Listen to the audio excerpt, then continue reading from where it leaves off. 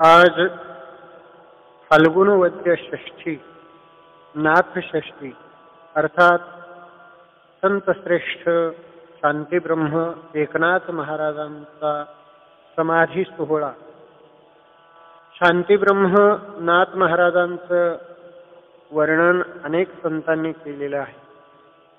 त्यापैकी तुकोबाराय नाथ महाराजांचं वर्णन करत असताना तुकोबाराय म्हणतायत, शरण शरण एकनाथा पाये माथा ठेविला, नका पाहू गुण दोष झालो दास पायांचा.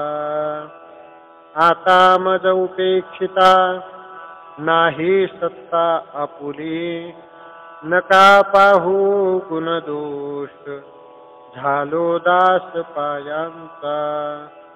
तुका म्हणे भागवत केले श्रुत सकळा, नका पाहू गुण दोष झालो दास पायांचा.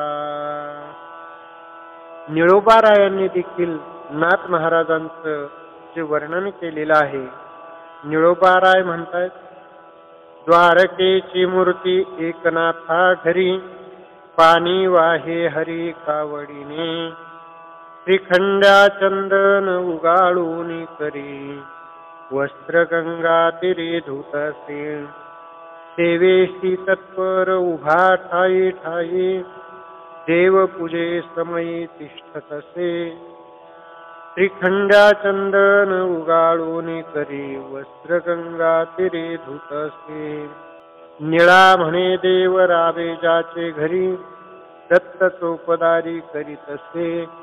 श्रीखंड्या चंदन उगाळून करी, वस्त्र गंगा तिरी धुतसे. आणखी वर्णन करत असताना निळोबाराय म्हणतायत, दासोपंताचा अभिमान गेला घेताचे दर्शन, धन्य धन्य एकनाथा तुमचे चरणी माझा माथा. दत्तात्रय चोपदार येथे उभे काठी कर, धन्य धन्य एकनाथा तुमचे चरणी माझा माथा. यवन अंगावरी थुंकला, प्रसाद देऊनी मुक्त केला, धन्य धन्य एकनाथा तुमचे चरणी माझा माथा.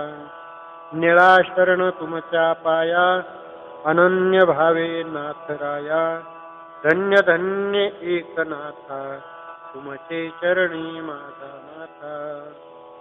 किंवा सकल संतांचा हा राजा, स्वामी एकनाथ माझा, ज्यांचे घेताचे दर्शन पुन्हा नाही जन्म मरण.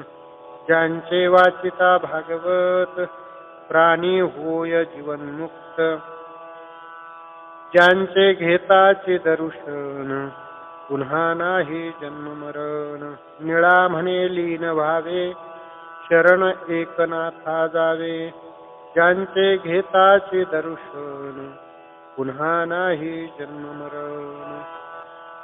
असे असणारे नाथ महाराज, त्यांनी पैठण क्षेत्री जलसमाधी घेतली.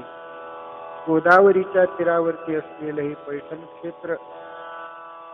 निळोबाराय म्हणतायत, या क्षेत्राची वारी आपण जर केली, नाथ महाराजांच्या समाधीचं दर्शन घेतलं, त्याचा परिणाम पूर्वजांचं उद्धरण होतं. धन्य धन्य गोदातीर, धन्य प्रतिष्ठान, धन्य तेथील जन रहिवासी, कृष्ण कमल तीर्थी चरणनाथांचे, उद्धरी जगाचे कलिदोष. जया तीर्थी स्नान तत्पदी दर्शन, पूर्वज उद्धरण कुळासहित, कृष्ण कमल तीर्थी चरणनाथांचे, उद्धरी जगाचे कलिदोष. निळा म्हणे जया घडो तेथील वारी, तया पुण्यासही न वर्णवे, कृष्ण कमल तीर्थी चरणनाथांचे, उद्धरी जगाचे कलिदोष.